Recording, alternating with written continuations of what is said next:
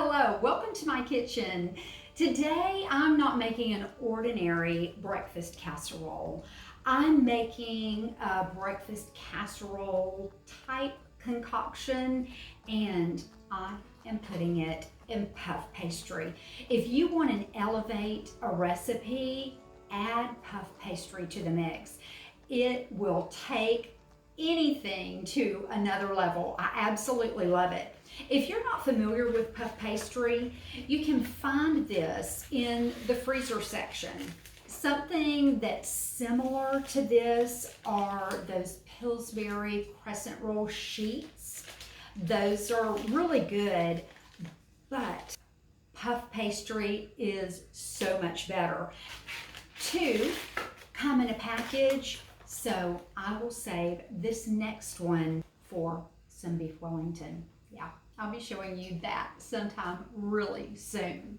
Now the pastry sheets come folded and you want to let this thaw out in your refrigerator at least 24 hours. I put mine in the refrigerator the day before I want to use it, let it thaw out, and it's perfect. And as you can see, it's tri-folded. There are seams right here, and this particular one, which is highly unusual, are not even. So what I'm going to do is I'm going to roll these seams out just a little bit because we need them to be even. I'll show you why in a minute. This looks just right. Now I have my parchment paper underneath, and the reason that I have this is because this is hard to transfer to the baking sheet. So I found that if you'll make this on a piece of parchment paper, it makes life a lot easier when you pick it up and you transfer it. Now, for the fun part. Since this side is just a little off, I am going to just gently score my center. And that lets me know where to start working. Now, in order to make a pastry braid, what we're going to do is make cuts from the end to that center seam where I actually scored. I'm doing this just with a sharp paring knife. Let's see here how many cuts we're going to get. So we've got 1, 2, 3, 4, 5, 6. Now what I want to do is make the same amount of cuts on my other side. And you want to kind of angle these up just a little bit.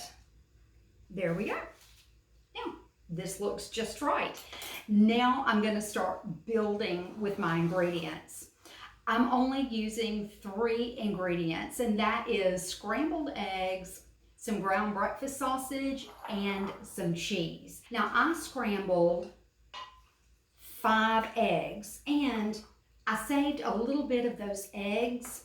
That way I can brush some of that egg on our puff pastry. It makes it so shiny and golden brown. This would be great with leftover scrambled eggs. Don't throw them out, save them. Now I soft scrambled these because we're basically cooking them twice, so I don't want them really dry. Now this is breakfast sausage that I had left over, and I am going to put this right on top.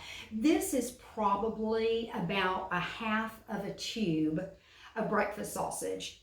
Now, if you want to, you can add cooked bacon to this. Any type of sausage that you prefer would be delicious in this. Now, I have some sharp cheddar cheese. Again, you can use whatever cheese you like. And I would say that's about a half of a cup. I've got this really full, but that's okay because it's going to cook down just a little bit. And I am going to start with this side. And I'm just going to overlap these just like you would a braid. I'm not worried about closing this. Some of this is going to ooze out, but that's a really good thing. And I'm going to keep overlapping. This is just a really good way to elevate sausage and eggs. And voila. Now, for the baking sheet. See, this way so you can see a little bit better. And look.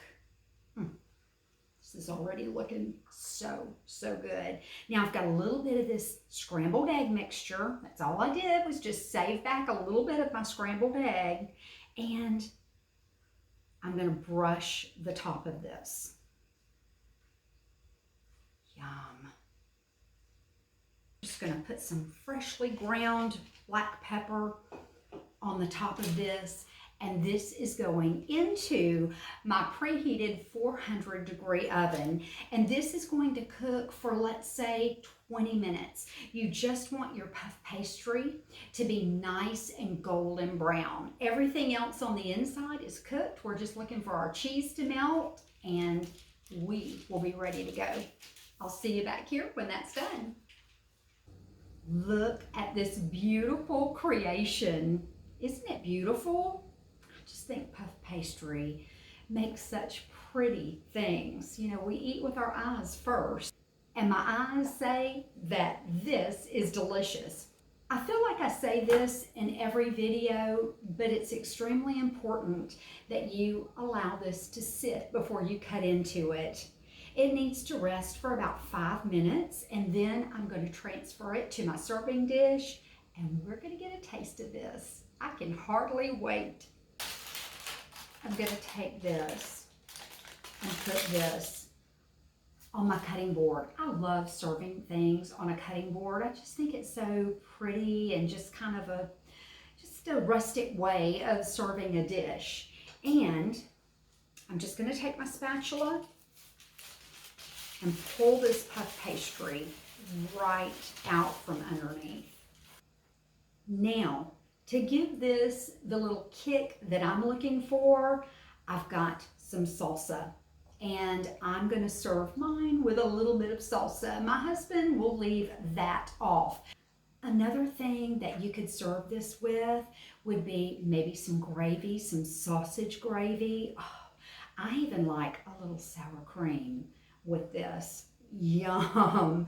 You could also add a few chives or maybe some cilantro, or how about some chopped peppers in this, maybe some jalapenos. I'm just giving you some ideas, and you know what? Those all sound great to me, but let me quit talking and let me start tasting. I hope that you can hear that crispy puff pastry. There's just nothing like it. And look at this. You know, honestly, I could pick this up and eat it with my hands. But since it's fancy and it is a puff pastry, I'll eat it with a fork. Now, I just want to put a little bit of the salsa on top. Oh.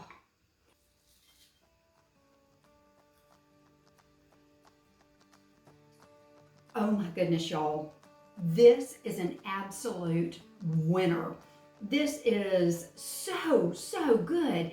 The puff pastry is light and fluffy and crispy, just the way you expect it to be. But then the cheese, the sausage, the eggs, and I have to say, the salsa work perfectly together. It's delicious. Try this at your next brunch, or next time you have some leftover scrambled eggs and sausage. Use them to make this. You will love it. Thanks so much for watching today. You are a blessing to me. Will you press the like button on this video, share it with your friends, and if you haven't already, go to Kathy's Southern Kitchen on YouTube and Facebook and subscribe to my channel. Well, my husband will be home soon. We are having breakfast for dinner, which is one of our favorite things, and I know he's gonna love this as much as me. I'll see you next time.